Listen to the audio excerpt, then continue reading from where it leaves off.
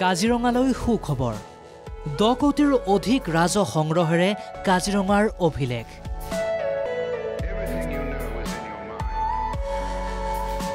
বিশ্ব ঐতিহ্য ক্ষেত্ৰ এয়া কাজিৰঙা ৰাষ্ট্ৰীয় উদ্যান অসমলৈ অহা পৰ্যটকৰ অন্যতম প্ৰিয় ঠাই এই কাজিৰঙা কাজিৰঙাৰ এশিঙীয়া গড়ে বহন কৰে অসমৰ ঐতিহ্য এশিঙীয়া গড় চাবলৈ নিতৌ কাজিৰঙালৈ আহে সহস্ৰাধিক দেশী বিদেশী পৰ্যটক জীপ অথবা হাতীৰ পিঠিত উঠি পৰ্যটকে চলাথ কৰে কাজিৰঙাৰ বক্ষ পৰ্যটকক হাত বাউলি মাতে এশিঙীয়া গড় বনৰীয়া মহৰ লগতে কাজিৰঙাৰ আন বন্য জন্তু অথবা পক্ষীয়ে 2024-25 পৰ্যটন বৰ্ষত কাজিৰঙালৈ আহিছিল 5 লক্ষাধিক পৰ্যটক 5 লক্ষাধিক পৰ্যটকৰ পৰা সংগ্ৰহ হৈছে 10 কোটিৰো অধিক ৰাজহ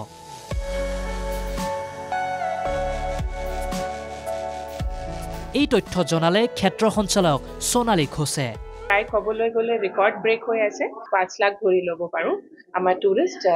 আহিছে হেতু মানে আমাৰ এপ্ৰিল 2024 ৰ পৰা মাৰ্চ 2025 লৈকে আমি এটো কাউন্ট কৰিছো ফাইনান্সিয়েল ইয়াৰ ৰেভিনিউটো আমাৰ 10 crore ক্ৰছ কৰি গ'ল 10 crore ওপৰত হৈ গ'ল উল্লেখ্য যে পূৰ্বতকৈ এইবেলি কাজিৰঙাত বৃদ্ধি হৈছে 20% পৰ্যটকৰ সংখ্যা তাৰোপৰি এইবেলি 15 বছৰৰ পাছত পৰ্যটকৰ বাবে মুকলি হ'ল পানবাৰী সংৰক্ষিত বনাঞ্চল পৰ্যটকৰ অধিক আগমনে স্বাভাৱিকতে আনন্দিত কৰি তুলিছে ৰাষ্ট্ৰীয় উদ্যান কৰ্তৃপক্ষক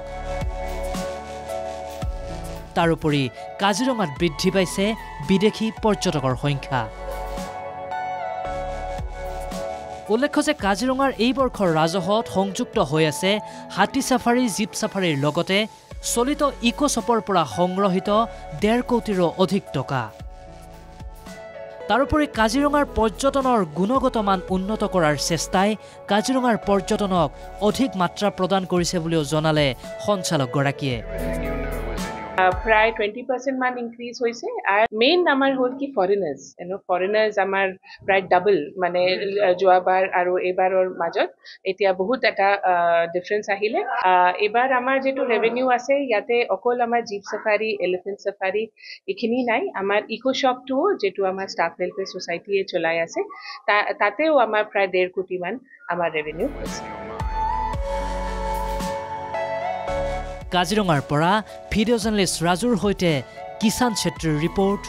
NKTV+